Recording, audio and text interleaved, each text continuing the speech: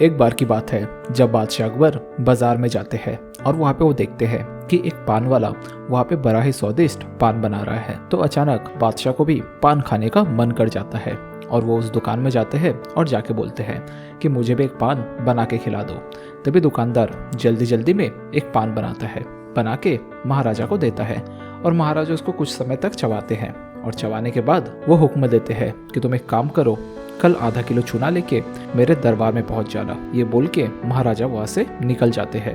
लेकिन वह दुकानदार को ये समझ नहीं आता कि महाराजा ने इतना चूना मंगवाया क्यों। तो वह अगले दिन सुबह सुबह अपनी दुकान खोलने से पहले वो बाजार में जाते हैं और जाके आधा किलो चूना लेके अपनी दुकान की तरफ आते रहते हैं। तभी रास्ते में उसे बीरबल मिलता है और बीरबल को कहता है, मंत्री जी आप कैसे हो? तो बीरबल कहता है, मैं तो बहुत अच्छा हूँ, तुम क्या लेने इतने सुबह सुबह बाजार जा रहे हो? तो वह दुकानदार कहता है, महाराजा ने मुझे हुक्म दिया है कि मैं आधा किलो चूना लेके महल में पहुंचूं। तो बीरबल इस पे कहता है, अरे आधा किलो चूना की क्या जरूरत पड़ गई? तो फिर वह दुकानदार कहता है, मुझे नहीं पता, कल महाराज मेरे दुकान में आए थे और आके उन्होंने पान मंगवाया और मैंने जब उनको पान दिया वो चबा के कुछ समय बाद मुझे बोले कि तुम आधा किलो चूना लेके मेरे महल पहुंच जाना। तो इस पे बीरबल कुछ सोचता है और सोचने के बाद उस दुकानदार से कहता है कि तुम कब आने वाले हो? तो वह दुकानदार कहता है, बस महल में मैं दोपहर के समय आने वाला हूँ। तो इस पे बीरबल कहता है, जब भी तुम महल में आओ तो ये याद रखना, पेट भर के घी खा लेना और उसके बाद महल में आना। तो वह दुकानदार नहीं समझ पाता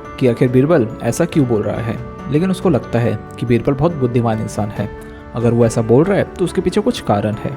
तो वह दोबारा बाजार में जाता है और जाके ढेर सारा घी लेके अपने घर पहुंच जाता है और करीब दोपहर में वो पेट भर के घी खाता है और घी खा के अपने साथ वो आधा किलो चूना लेके महल में पहुंच जाता है।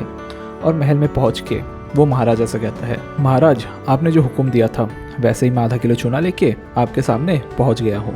तो इस पे अकबर खड़े होते हैं और खड़े होके कहते हैं, अब ये आधा किलो चूना को तुम खाओ। और यह शब्द सुन के वह दुकानदार डर जाता है, लेकिन महाराजा का हुक्म था तो मना करे तो करे कैसे। तो वह आधा किलो चूने को खाता है और खाने के बाद महाराजा देखते हैं कि इसको तो कुछ हुआ ही नहीं। तो इस पे महाराजा उस व्यक्ति से कहते हैं कि तुमको कुछ हो क्यों नहीं रहा है? तो इस पे वह व्यक्ति कहता है, महाराज क्योंकि मैंने पेट भर के घी खा के आया है, जिसके कारण इसका कोई असर मेरे ऊपर नहीं हो रहा है। तो इसमें महाराजा बोलता है, तुमने घी खा के आया है, क्यों? तुमको क्या पता था मैं क्या करने वाला हूँ? तो इसमें वह व्यक्ति बोलता है, नहीं महाराज मुझे इसका कोई अंदाजा नहीं था। तो इस पे महाराजा बोलता है, तो तुमने घी क्यों खाया? मुझे रास्ते में एक बुद्धिमान व्यक्ति मिला था जिसने मुझे कहा कि मुझे घी खाना चाहिए और उसके बाद महल पहुंचना चाहिए। जैसे ये बोलता है तो पीछे से बीरबल इशारे में बोलते हैं कि मेरा नाम मत बोलना। तो इस पे अकबर सोचते हैं कि पता नहीं वह व्यक्ति कौन था, शायद इस व्यक्ति के माथे पे ये लिखा था कि इसको सजा नहीं मिलनी चाहिए। यह बोल के वो उस व्यक्ति को महल से जाने बोलता है।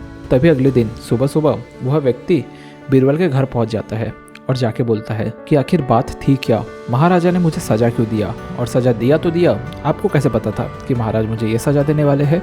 तो इस पे बीरबल मुस्कुराते हैं और बोलते हैं कि बात ऐसी है कि महाराजा के मुंह में उसी दिन छाला आ गया, जिसका कारण तुम्हारा चूना था और इसीलिए महाराजा ने तुम्हें चूना खाने को कहा। और जब तुमने रास्ते में मुझे बताया कि महाराजा ने तुम्हें बुलाया है तो मैं समझ चुका था कि महाराज तुम्हें चूना खिलाने वाले थे, लेकिन मैं नहीं चाहता था कि तुम्हें कोई तकलीफ हो। ये बोल के बीरबल मुस्कुराते हैं। उसके बाद वह व्यक्ति कहता है, बीरबल तुम सिर्फ महाराजा के नहीं बल्कि हम जनता की बहुत ज़्यादा सेवा करते हो। और वो धन्यवाद कह के वहाँ से चले जाता है। तो दोस्तों ये कहानी आपको कैसी लगी? अगर आपको ये कहानी पसंद आई होगी तो डिस्क्रिप्शन में और कॉमेंट सेक्शन में आपको हमारा व्हाट्सएप लिंक मिल जाएगा, तो वहाँ पे हमारे साथ आप जुड़ सकते हो, जहाँ पे हम कहानी के अपडेट्स देते हैं। तो मिलेंगे दोस्तों एक नई कहानी में, तब तक के लिए अपना ख्याल रखना।